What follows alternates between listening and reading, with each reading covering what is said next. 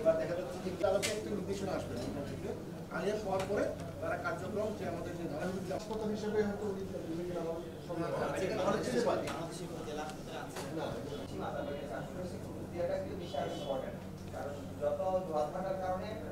আসলে আমাদের প্রতিদিন কিন্তু প্রায় 800 থেকে 700 ভর্তি থাকে এবং দৈনিক খরচ ছিল 726 জন প্রতিদিনই চিকিৎসা এক্সপেন্স 10,000 বছরের পাশাপাশি যেহেতু আমাদের মাঝে থেকে যদি বৃষ্টি হয় কিছু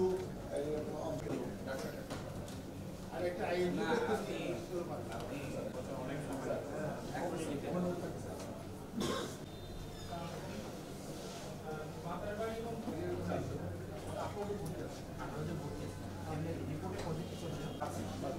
গতকালকে 18 জন পজিটিভ শনাক্ত হয়েছে এবং অন্যান্য বছর আমরা দেখেছি যে এখানে হচ্ছে আমাদের বাংলাদেশের আমার মনে হয় এই বিষয়ে আমাদের অ্যাওয়ারনেস আরো বেশি বাড়ানোর প্রয়োজন রয়েছে। আমরা উনি যেটা বলছেন আমরা একটু পানি উন্নয়ন বোর্ডের রুগীদেরকে মোটামুটি মুভমেন্ট করানো যায়, সেই খানিক রুগীকে কিন্তু এখান থেকে মুভমেন্ট করানো যদি কোনো আইনজীবী দিয়ে পারেন আপনি যদি ব্যবস্থা করতে পারেন বা আমাদের সরকারের পক্ষ থেকে ডাক্তার আছে যদি ব্যবস্থা করেন, আমাদের ডাক্তার আছে তো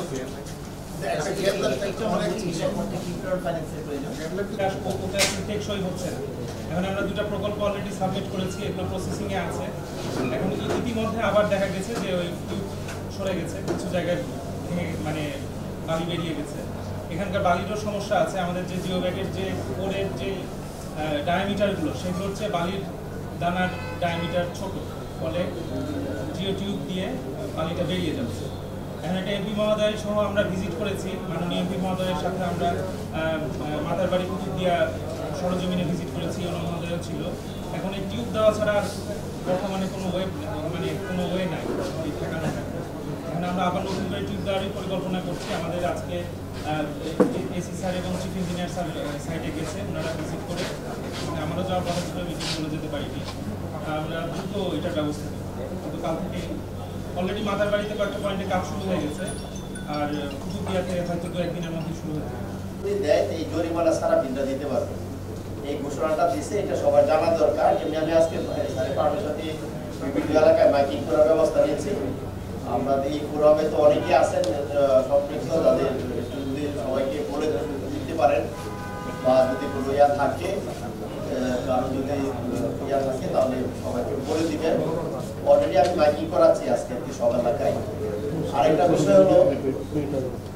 আরেকটা বিষয় হলো যে আমাদের আগে আমাদের এখানে নেটের একটা বিকল্প একটা ব্যবস্থা ছিল আগে আমাদের লেনের, এর জন্য আমরা মানে ওই সমস্যাটা পাই নাই, কারণ আমাদের সিমের মাধ্যমে আমরা করি নাই, আমরা সরাসরি আমাদের একটা ল্যানের মাধ্যমে সরাসরি আমাদের জিপির সাথে কানেকশন আছে, এই জন্য আমরা পাচ্ছি আর কি ভালোভাবে আর কি এটাই। আর আমরা সামনে থেকে স্যার অলরেডি আমাদের ই হয়ে গেছে, সামনে এরকম সিচুয়েশন যাতে এরকম হয় নাই কোনোদিন। তারপরেও মানে আমাদের কক্সবাজার সমস্যা অনেক জায়গায় সমস্যা হয়েছে এটাই স্যার আর কি। ঠিক আছে, আর আমাদের শনিবার খোলা আছে, আমরা যদিও তারপরেও আসি আর কি। কাছ থেকে যে জায়গাটা নিচ্ছে সেই জায়গাটার মধ্যে আমরা হয়তো অস্থায়ী একটা আমরা প্রায় 80% আমরা কমপ্লিট করে ফেলছি।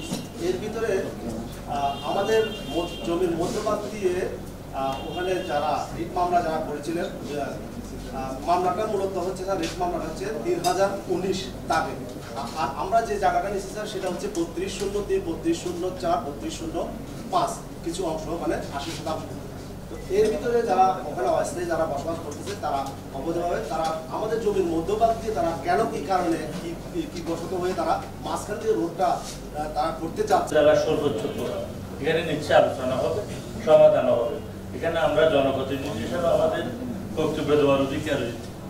এখানে সরকারি কর্মকর্তাদের সাথে আমাদের কোনো ব্যক্তিগত দ্বন্দ্ব নেই। স্কুলের ব্যাপারে আমি বললাম, এখন দেখলাম যে সেখানে 10 বছর আগে এসডির মাধ্যমে এসবিবি করা রাস্তা ইতিমধ্যে টেন্ডার হয়ে কার্পেটিংয়ের কার্যক্রম চলমান, 8টা ব্রিজও হয়ে গিয়েছে। ডিভো মহোদয় ওই রেঞ্জ অফিসারকে দিয়ে রাস্তার কাজটিও বন্ধ করে দিয়েছে জালিয়াবাদের। এই ধরনের যদি একটা সাংঘর্ষিক হলে আমরা জেলা সর্বোচ্চ ফোরামে আলোচনা করব। আমাদের বিভাগীয় গণকর্মকর্তা মহোদয় এটা রাগের বশবর্তী হয়ে যদি আরও কাজ বন্ধ করে এটা উন্নয়নের সাথে সাংঘর্ষিক একটি বিষয়। মাননীয় প্রধানমন্ত্রী চাচ্ছেন উন্নয়ন, এখন আমরা যদি সেখানে উন্নয়নে বাধা দিই তাহলে জিনিসটা একটু দৃষ্টিকটু হয়। আপনি মাননীয় জেলা প্রশাসক মহোদয়ের মাধ্যমে আমি এই বিষয়ে স্কুল এবং রাস্তার সমস্যাটি সমাধান করি।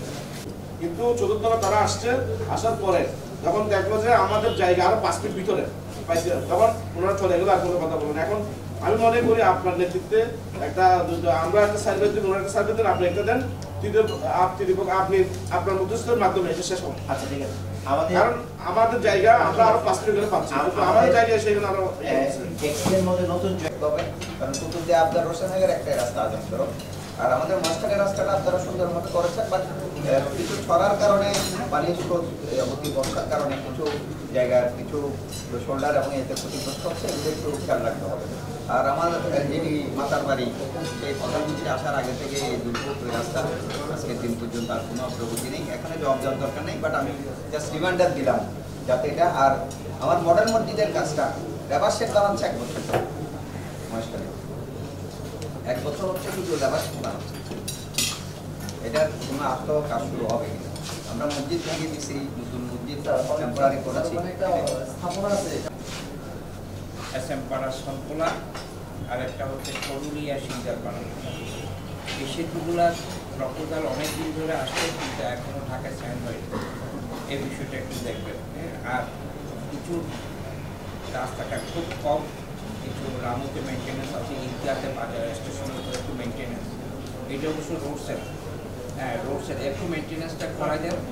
আর রামুতেও কিন্তু রোডসের অল্প মেনটেন্যান্স, কিন্তু অল্প এর জন্য খুব ভোগান্তি হচ্ছে, সবারই পানি চলাচল করে চৌমনির মধ্যে, এটা আপনারই এটা দেখতে হবে। আর এখানে ফ্যাসিলিটিসের ডিসি মহোদয়, আমি তো অ্যাড্রেসও করলাম না, আগে মিটিং করবো। হ্যাঁ অবশ্যই এই রামু খিচেরি আদর্শ উচ্চ বিদ্যালয়, এটার উপরে এটার বিল্ডিংটা, মূল ভবনটা প্রায় 59 বছর আগে। ভবনটা খুবই ঝুঁকিপূর্ণ, যে কোনো সময় পড়তে পারে, আপনার আস্তগুলো তো পড়তেছেই, যে কোনো সময় বিল্ডিংটাও ভেঙে পড়তে পারে। তখন এটার জন্য টোটাল দায়টা 1 নম্বর আমার উপরে, 2 নম্বর জেলা প্রশাসনের উপর আসবে, এটা হয়নি। এবং ওখানে আরও কিছু সমস্যা আছে, আজকে 6 মাস ধরে এই সমস্যা সলভ হয়নি। এই সমস্যাগুলো সলভ, আপনি জানেন বিল্ডিংয়ের গণপূর্ত, আপনি গণপূর্ত আছেন।